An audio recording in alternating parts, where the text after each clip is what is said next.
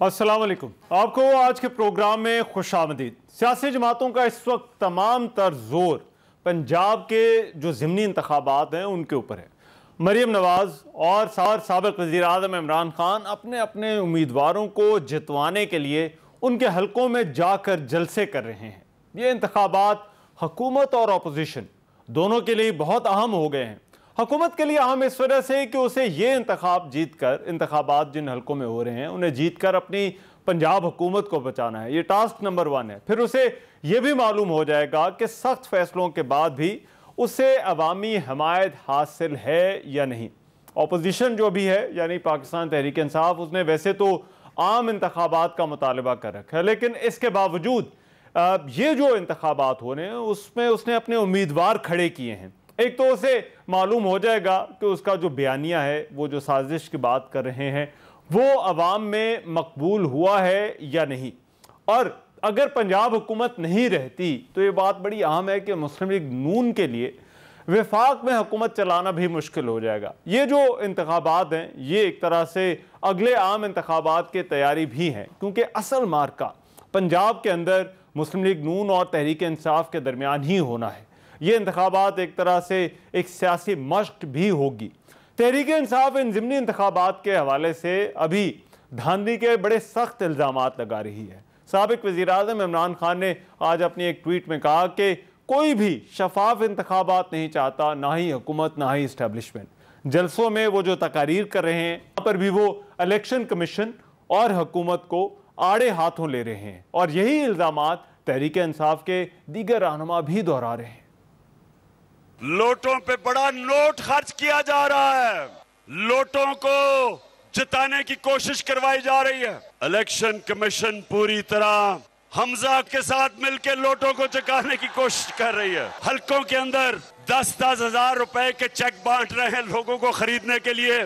मेरी सारी लोगों को पैगाम यह है कि पैसे इनसे लेना लेकिन ठप्पा बल्ले पे लगाना। इलेक्शन कमीशन को एक अच्छा सा मैं मशवरा देता हूँ, एक सिंबल पॉलिटिकल सियासी पार्टी का इलेक्शन कमीशन अपने आप को भी अलॉट कर दे, क्योंकि वो तो एक इस वक्त सियासी प्लेयर हमें नजर आ रहे हैं। इलेक्शन कमीशन अगर इंसाफ करता हुआ नजर नहीं आया, अगर इलेक्शन कमीशन रूल्स की धज्जियां उड़ाते हुए देख रहा है और खामोश तमाशाई है और अदालतें भी कोई रिलीफ नहीं दे सकती, तो हम एक बहुत बड़ी मुश्किल की तरफ मुल्क को लेके जाने वाले हैं। 22 जुलाई आखिरी दिन होगा इस जाली वजारत आला का पंजाब के अंदर। इलेक्शन कमीशन ने एक प्रेस रिलीज में ये जो तहरीक इंसाफ की तरफ से इल्ज़ामात लगाए गए हैं, इन इल्ज़ामात को मुस्तरद किया है और कहा है कि वो बगैर किसी दबाव के आज़ादाना फैसले करता रहेगा। अब इन ज़िमनी इंतखाबात के हवाले से कुछ बड़े अहम सवालात हैं। क्या इन ज़िमनी इंतखाबात से अवामी मकबूलियत का पता चल सकेगा? दूसरा फिर ये कि क्या हुकूमत अपना ये जो इम्तिहान है उसका इसमें कामयाब हो सकेगी? उनके लिए ज़्यादा बड़ा इम्तिहान है। और अहम सवाल वही है कि इन इंतखाबात से जुड़ी है पंजाब हुकूमत, तो हमजा शहबाज पंजाब में अपनी हुकूमत बचा सकेंगे या नहीं? और फिर तहरीक इंसाफ के जो धांधली के हवाले से इल्ज़ामात हैं और ख़ास तौर पर पार्टी बदलने वालों के हवाले से जो उनका बयानिया है, उस बयानिए का भी जो है वो इन इंतखाबात के बाद जो है वो पता चल जाएगा कि ये किस हद तक दुरुस्त हैं इल्ज़ामात, और फिर जो है वो उनका बयानिया क्या लोगों तक पहुंचा है या नहीं पहुंचा। एक तो इस पर जो है वो प्रोग्राम में बात होगी, और फिर इससे जुड़ा हुआ बल्दियाती इंतखाब भी है सिंध के अंदर, जो ख़ास तौर पर हैदराबाद और कराची में ईद के बाद इंतखाब होने हैं। वहाँ पर भी जो है वो पीपल्स पार्टी, इत्तेहादी जमात और तहरीक इंसाफ के दरमियान भी जो है वो एक टाकरा होगा, तो वो भी जो है वो सारे तनाजुर में जो है वो अहम हो गया है। इसके अलावा तहरीक इंसाफ के इस्टेब्लिशमेंट से ताल्लुकात पर भी अभी बहुत बात हो रही है। पहले पार्टी की तरफ से गिले शिकवे किए जाते रहे, लेकिन गुज़िश्ता रोज़ साबिक़ वज़ीर आज़म इमरान खान ने सहाफ़ियों के साथ जो है वो गुफ्तगू की, और इस गुफ्तगू के दौरान उनका ये कहना था कि उनके दरवाजे बातचीत के लिए खुले हैं और वो नए इलेक्शन के लिए किसी से भी बातचीत करने को जो है वो तैयार हैं। तहरीक इंसाफ और इस्टेब्लिशमेंट के ताल्लुकात का मामला क्या है, इस पर भी जो है वो प्रोग्राम में जो है वो बात होगी। मेरे साथ आज के प्रोग्राम जो मेहमान हमें इस बहस में जो है वो ज्वाइन कर रहे हैं, मैं उनका बता देता हूँ। शैला रज़ा साहबा पाकिस्तान पीपल्स पार्टी से, वो आज की इस डिबेट में जो है वो हमारे साथ मौजूद होंगी। अंदलीब अब्बास साहबा पाकिस्तान तहरीक इंसाफ से उनका ताल्लुक़ है, वो आज की इस डिबेट में जो है वो हमारे साथ मौजूद होंगी। अंदलीब अब्बास साहबा से मैं इस डिबेट का जो है वो आगाज़ कर लेता हूँ। अंदलीब साहबा बहुत शुक्रिया, दोनों मेहमानों का बहुत शुक्रिया। अंदलीब साहबा मैं पहले आपसे आगाज़ कर ले, तो ये जो धांधली के इल्ज़ामात लगाए जा रहे हैं, तो हुकूमत का ये कहना है, और आज कुछ मैं बयान जो है वो देख रहा था, उनका तासुर ये है कि शायद कहीं तहरीक इंसाफ जो है वो अपनी शिकस्त की जो है वो तैयारी कर रही है, और इस वजह से जो है वो ये बातें की जा रही हैं कि धांधली हो रही है, प्री पोल रिगिंग हो रही है, तहरीक इंसाफ को इलेक्शन नहीं जीतने दिया जाएगा। तो ऐसा ही है या कोई और बात है? शुक्रिया रहमान।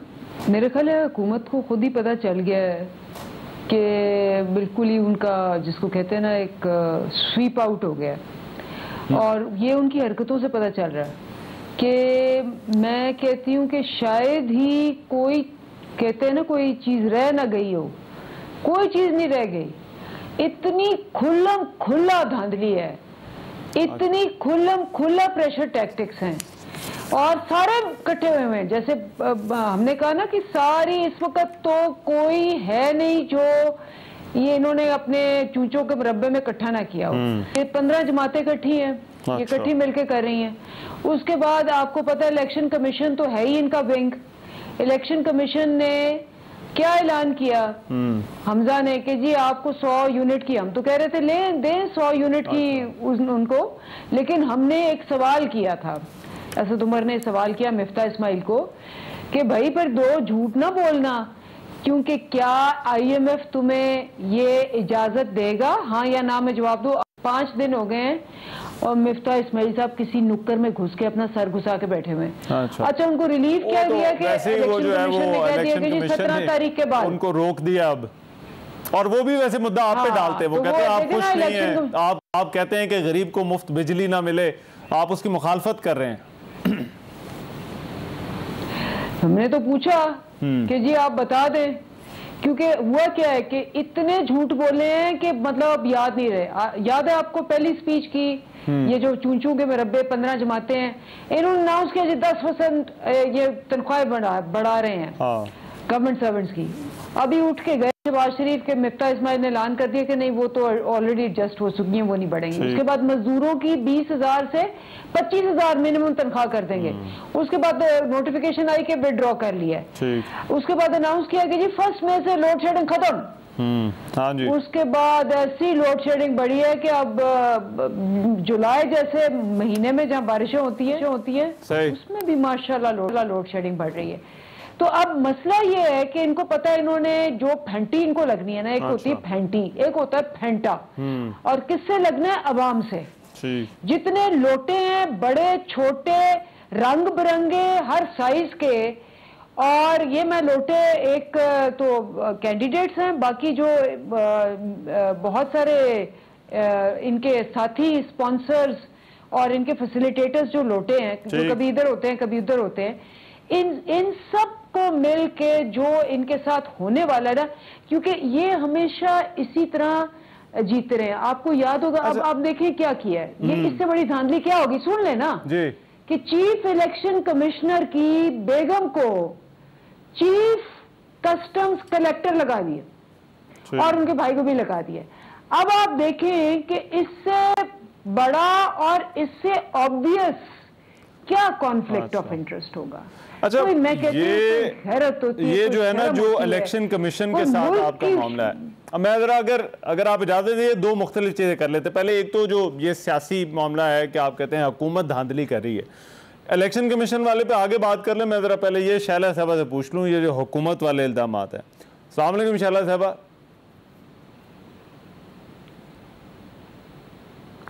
अच्छा, मेरा ख्याल है शैला साहबा की तरह लाइन ड्रॉप हो गई है। अंदलीब साहब, चले ये इलेक्शन कमीशन वाला भी बता दें, ये इलेक्शन कमीशन के साथ आपका क्या झगड़ा है, और फिर ये जिस तरह से इल्ज़ामात जो है वो ख़ुद साबिक़ वज़ीर आज़म इमरान खान जलसों में जाकर जो है वो बात कर रहे हैं, ये बड़ा गैर मामूली है, अनप्रेसिडेंटेड है। तो आपको लगता है कि एक तरफ आपका जो है वो थोड़ा ये कंट्रोवर्सी भी होगी, कशमकश होगी इलेक्शन कमीशन से, और उसके बावजूद फिर आप जो है वो इलेक्शन में आपके उम्मीदवार इसके बावजूद बेहतर परफॉर्म जो है वो कर लेंगे? और ये चीज आपके कहीं आपके अगेंस्ट नहीं जाएगी इस पूरी इलेक्टोरल एक्सरसाइज में? तो देखिए, कोई चीज है जो अगेंस्ट नहीं है? मुझे बताएं। हमारे फ्लेक्सेस से लेके कि 2 मिनट में उतर जाते हैं, इनके फ्लेक्सेस के साइजेस देखें, वहां ना कोई टेक्निकल हुआ कि जी बड़ा है छोटा है, वहां से लेके फोन कॉल्स आ रही हैं। उसके बाद हमने 12 पिटिशंस दी हैं, अभी 12 पिटिशंस दी हैं कि भाई अभी भी हल्कों में काम हो रहा, खुदा के लिए रोक दो, नहीं रोक रहे। उसके अलावा आपको पता है हम तो अब MNAs नहीं है, अब ये जो MNAs और वजीर हैं ये खुल्लम खुले अपने हल्कों में जा रहे हैं। इलेक्शन कमीशन से आपके मामलात क्यों खराब क्यों हुए अंदलीब साहबा, ये क्या वजह क्या है? ये तो आप देखें कि अगर इलेक्शन कमीशन ने मतलब more loyal than the king की बात है कि हर अब पतन की स्टडी आपने पढ़ ली है, पतन की स्टडी के मुताबिक 160 तरीके हैं धांधली के, जिसमें नून लीग को PhD पिछले 30 साल से हासिल है। अच्छा। उन्होंने कहा जी इलेक्ट्रॉनिक वोटिंग अगर आ जाती, जो कि इलेक्शन कमीशन को आज से साल पहले according to election commission strategic plan खुद लिखा हुआ प्लान में कि 2021 में उनको इलेक्ट्रॉनिक वोटिंग कर देनी चाहिए थी, वो बैन कर दी उन्होंने, पहले से इतराज कर दिया। नून लीग ने उसके लॉज चेंज कर दिए हैं, ये उनके फैसिलिटेटर्स बन के बैठे हुए हैं। तो मुझे बताएं कि ये कहां की धांधली नहीं है, ये कहां की, ये क्या मतलब इनको कोई शर्म नहीं आती जिस तरह से खुल्लम खुल्ला। अब ये पता क्या समझते हैं, ये समझते हैं क्योंकि इनके पीछे न्यूट्रल्स हैं, इनको पता है कि सारे जो हैं वो सेक्टर ऑफिसर्स सारे वो फोन कर रहे हैं इनके भाव पे, कभी धमकियां दे रहे हैं, कभी जिसको कहते हैं वार्न कर रहे हैं, कभी मीटिंग्स कर रहे हैं और कैंडिडेट्स के साथ। अभी क्या हुआ है आप बताएं मुझे, क्या हुआ है सिंध में? 15% जो लोग हैं वो खड़े ही नहीं, वो डर के मारे। उसके अलावा देखिए जो सिंध का चीफ इलेक्शन कमिश्नर है वो गवर्नमेंट मुलाजिम है, वो उनकी तनख्वाह पे है। हमने आप सोचे हैं वो गवर्नमेंट से तनख्वाह ले रहा है। अच्छा। और वहां खून का बाजार गर्म हुआ है, वहां कैंडिडेट्स भाग गए डर के मारे और ये कहते हैं कि ये इलेक्शन हो रहे हैं। मैं अभी ये कुछ दोनों जो सवालात हो गए ये, और ख़ास तौर पर ये सिंध वाला मामला, एक तो बल्दियाती इंतखाबात अभी उधर हुए हैं और दूसरा फिर कराची जहाँ पर जो है वो एक तगड़ा मुकाबला होने की तो है तहरीक इंसाफ का पाकिस्तान पीपल्स पार्टी से, MQM से, तो ये वहाँ पर भी जो है वो ये मामला क्या होगा। मैं चाहूँगा ज़रा ये धांधली हो रही है या नहीं हो रही और पंजाब के ज़िमनी इंतखाबात के बाद मंजरनामा क्या होगा, बात हो रही है इस पर। एक ब्रेक के बाद वापस आते गुफ्तगू जारी रही। ब्रेक के बाद प्रोग्राम में एक मरतबा फिर से खुशामदीद। ज़िमनी इंतखाबात, धांधली के इल्ज़ामात क्यों लग रहे हैं, मामला क्या है, इस पर बात हो रही है। अंदलीब साहबा तो हमारे साथ हैं तहरीक इंसाफ से, और ब्रेक पर जाने से पहले उनसे बात हो रही थी और उन कहना था कि एक तो ये कि हुकूमत को मालूम हो गया है कि उनको इन इंतखाबात के अंदर फेंटी नहीं बल्कि जो है वो फेंटा पड़ना है, और दूसरा ये कि इलेक्शन कमीशन जो है वो इस पूरे मामले के अंदर जो है वो एक पार्टी बना हुआ है। शैले साहब, ये तो पंजाब की बात हो रही है, लेकिन फिर उसके बाद हैदराबाद और ये कराची का बल्दियाती इंतखाब भी है, बट पंजाब के इंतखाब पर भी जो है वो आप सूरत हाल तो देख रही होंगी।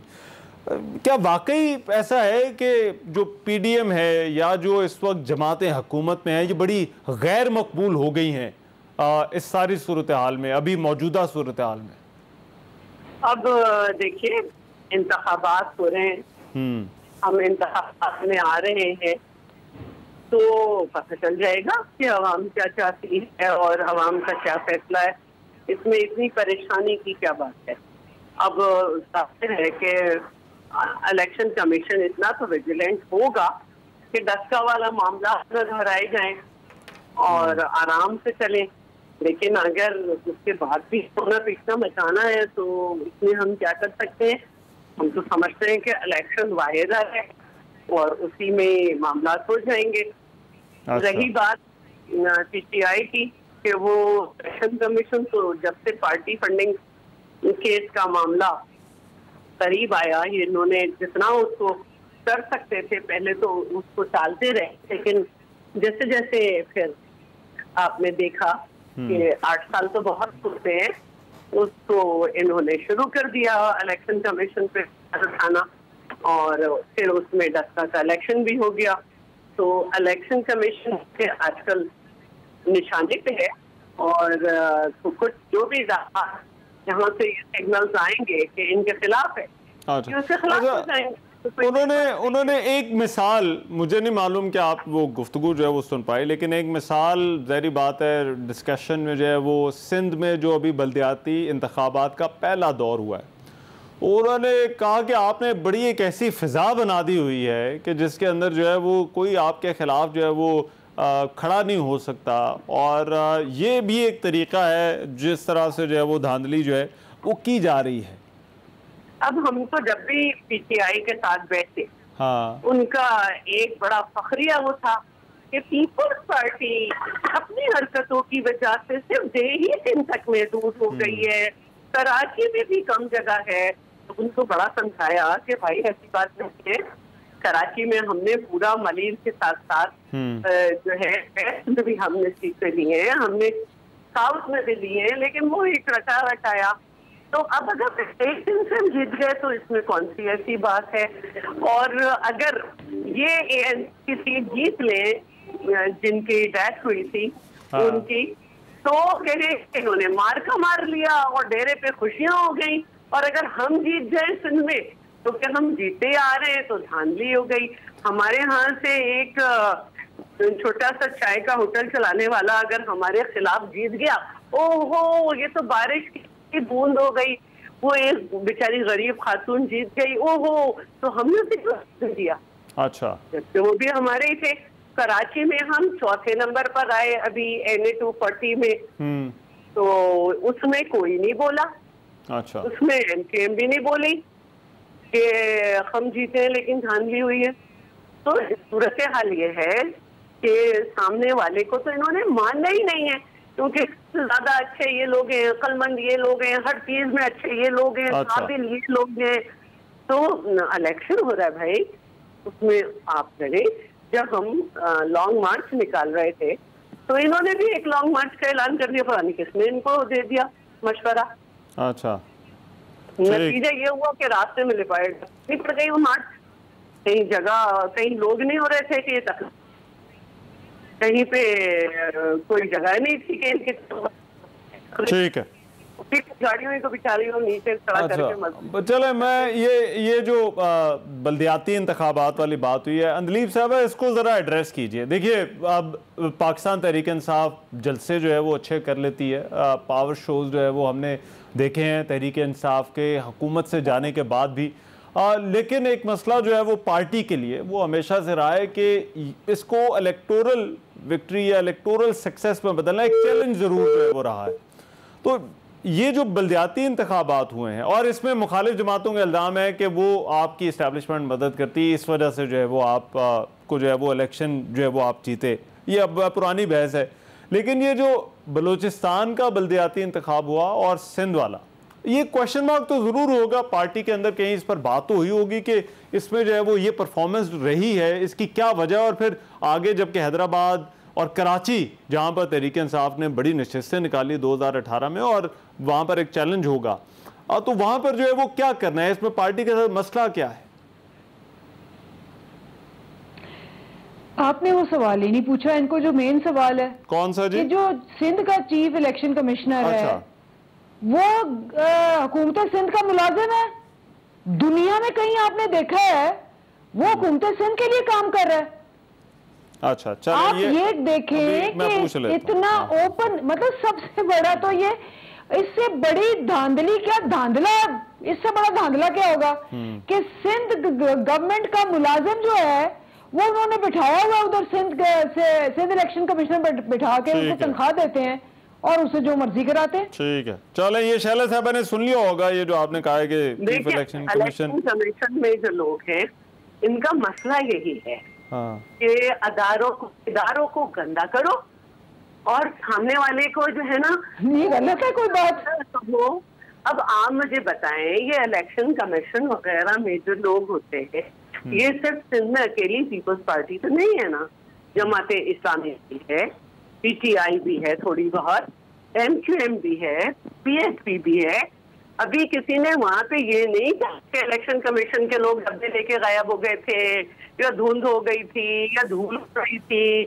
ये वाली बातें कहीं नहीं हुई है कि इलेक्शन कमीशन पे लोगों ने इल्जाम धरा हो। अच्छा। हाँ, ये जरूर है कि आपस में उन्होंने जो पीएसपी में और अल्हम्दुलिल्लाह जो झगड़े हुए हैं उस पे बात आई है, लेकिन चूंकि निशाना पार्टी फंडिंग केस की वजह से इलेक्शन कमीशन है। चले, ये आपका जवाब आ गया, मगर अंदलीब साहबा आप कंटिन्यू कीजिए। और दूसरा है कि ये बिल्कुल कच बहसी, मैं 1 मिनट ठहरे ना, उनको यही कच बहसी उनसे जरा मैं पूछ लूं, क्योंकि ये बात आपने अब दूसरी दफा दोहराई है। ये इलेक्शन कमीशन के साथ मामला अंदलीब साहबा सिर्फ पार्टी फंडिंग वाला मामला है, उस वजह से ताल्लुकात जो है वो खराब है? मेरी बात सुने। हाँ। एक जो चीफ इलेक्शन कमिश्नर है उसकी बीवी को एक चीफ कलेक्टर बना दिया कस्टम्स का, ठीक है, वो पीएमएलएन वालों ने। अच्छा, सिंध वालों ने जो सिंध इलेक्शन कमिश्नर रखवाया है वो इनका अपना मुलाजिम है। तो मुझे बताएं कि कौन सी पार्टी फंडिंग, कौन सी धांधली नहीं, कौन सा जिसको कहते हैं कि फ्री एंड फेयर इलेक्शन। अच्छा। मतलब अपने बंदे घुसाए हुए हैं फ्लेग्रेंटली, ये भी नहीं कोई ढकी छुपी बात है। अच्छा। इधर से उन्होंने घुसाया, इधर से उधर। आप देखें, ये 30 साल से खुद नवाज शरीफ ने खुद कहा अपनी स्पीच में कि 70 के बाद आज तक कोई फ्री एंड फेयर इलेक्शन नहीं हुआ। तो हम तो 1 या 2 इलेक्शन में आए हैं, ये तो 40 साल से इलेक्शन में आ रहे हैं। अगर खुद कह रहे हैं, और आपको पता है 2013 में जरदारी साहब ने कहा कि आरओ इलेक्शन था। हाँ। ठीक है, सो 25 पार्टियों ने कहा कि इलेक्शन जो था वो फ्री एंड फेयर नहीं था। खुद मानते हैं कि जी आज तक 70 के बाद कोई इलेक्शन फ्री एंड फेयर नहीं हुआ। तो क्यों नहीं हुआ? 40 साल ये बैठे हुए थे। इन्होंने आके क्या किया? सबसे पहले इलेक्ट्रॉनिक वोटिंग मशीन के सारे बिल जो है वो मुस्तरद किए, आई वोटिंग मुस्तरद की। अगर ये इतनी धांधली है और खुद मानते हैं कि 40 साल और आरओ इलेक्शन होता है, आरओ इलेक्शन का मतलब क्या है कि आरओ की इंटरफियरेंस को कम करने के लिए आइडियल है इलेक्ट्रॉनिक वोटिंग मशीन। तो मुझे ये बताएं कि इनको मसला क्या है? मसला यही है ना कि धांधली के बगैर ये 40 साल से नहीं आए। अगर आपने इन्होंने अपने बंदे रखे हुए हैं, एक ने सिंध इलेक्शन कमिश्नर रखा हुआ है, एक ने चीफ इलेक्शन कमिश्नर रखा हुआ है, और इसके ऊपर अगर हम आवाज नहीं उठाएंगे तो फिर पीछे क्या रह गया? क्योंकि ये तो मुकमुका करके बारियां लेके दोबारा से आ गए। इनके हैंडलर्स, इनके न्यूट्रल्स, इनके सारे मिलके जो मर्जी कर लें, न्यूट्रल एम्पायर्स ना भी हो। इस दफा अवाम की आवाज, मैं आपको इसका एक एग्जांपल देती हूँ। आपने मीडिया में अपने देखा, आपका चैनल तो खैर नहीं, लेकिन बाकियों ने क्या किया? बाकियों ने हुकूमत के प्रेशर के नीचे आके खान साहब की शुरू में स्पीचेस नहीं दिखाई, और फिर देखें बड़ी मुश्किलों से दिखानी शुरू की तो एक दफा मरियम आ गई। मरियम कौन है? एक काउंसलर भी नहीं है। एक हाफ में खान साहब की स्पीच दिखा रहे हैं, एक हाफ में मरियम की स्पीच दिखा रहे हैं, और आवाज मरियम की दिखा रहे हैं और खान साहब की बंद कर रहे हैं। और जिन 2 चैनल्स ने खान साहब की दिखाई उनकी व्यूअरशिप देख लें, और बाकी सारे चैनल जो मरियम की दिखा रहे हैं उनकी व्यूअरशिप देख लें। वो व्यूअरशिप मैंने और आपने तो नहीं बनाई ना। बेसिकली आपका आर्गुमेंट ये है कि आपको पता चल गया। अच्छा, अवामी दबाव है, अवामी दबाव पर लोग निकलेंगे, लोग ये जमहूरियत है। ठीक है, मैं जरा शैला साहब, ये इलेक्शन मुश्किल तो है, अवाम का प्रेशर। देखिए हर साइड के लोटे इन्होंने इकट्ठे कर लिए। गुजारिश जरा सुनिए, आप जवाब दीजिएगा। गुजारिश तो ये है कि कर लें या जो मर्जी करें। अच्छा, ये इलेक्शन मुश्किल तो है, और उसकी देखिए आप दोनों सियासतदान हैं और आप तो बड़ी सीनियर पॉलिटिशियन है, आप इस चीज को समझती हैं। अब पेट्रोल महंगा हो जाता है, बिजली की कीमतें ऊपर जा रही हैं, महंगाई की एक लहर है।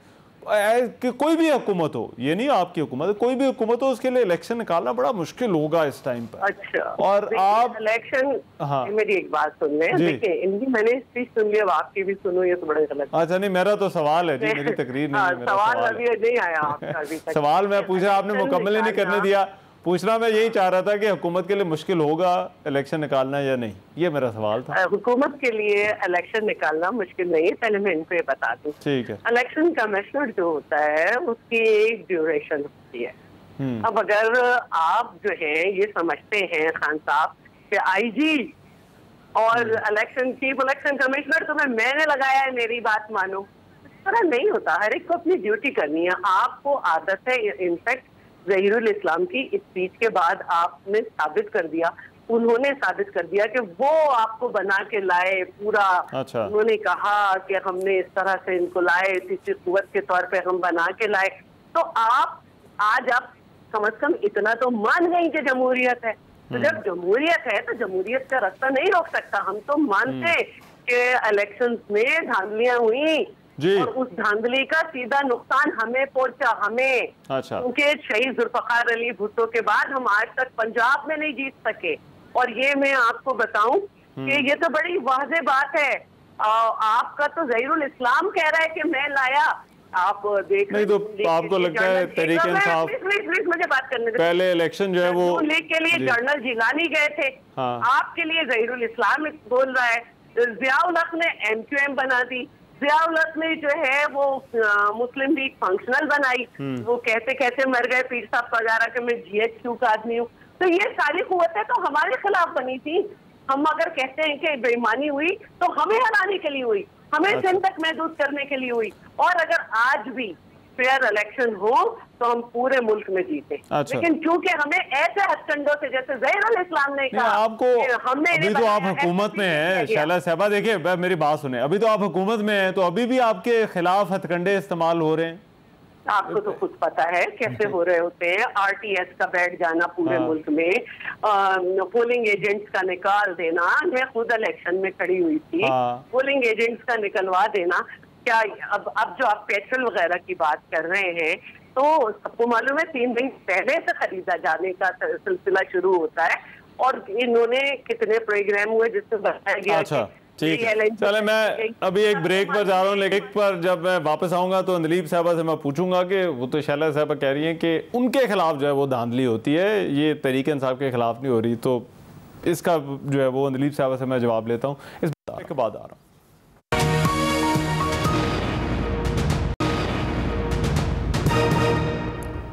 ब्रेक के बाद प्रोग्राम में एक मरतबा फिर से खुशामदीद। ब्रेक पर जाने से पहले जो धांधली के इल्ज़ामात और इंतखाबात के हवाले से बात हो रही थी, अब ये इंतखाब जो है वो क्योंकि दोनों के लिए आम है, अपोजिशन और हुकूमत के लिए, हुकूमत को ज़ाहिर बात है अपनी पंजाब हुकूमत बचानी, और अपोजिशन को ज़ाहिर अगर इंतखाबात में जो है वो लोग निकल आते हैं तो उनके बयानिए की मकबूलियत या गैर मकबूल होने का भी फैसला हो जाएगा। अंदलीब साहब, ये आपको लगता है कि ये इंतखाबात, इनको एक म्यार बनाया जा सकता है कि ये देखने के लिए कि किसका बयानिया जो है वो अवाम में मकबूल है, और फिर तहरीक इंसाफ पर ये प्रेशर तो कहीं ना कहीं होगा कि अगर वो अच्छा परफॉर्म ना कर सकी तो फिर ये हुकूमत के हाथ में जो है वो एक चीज़ आ जाएगी और हुकूमत को ये कहने का मौका मिल जाएगा कि देखिए ये इंतखाब में जाते हैं और जलसे अच्छे कर लेते हैं लेकिन इनको वोट नहीं पड़ता।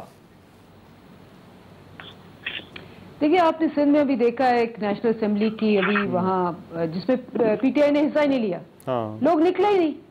8.3% टर्न आउट था। 8.10 हज़ार वोट भी नहीं पड़ा जमातों को।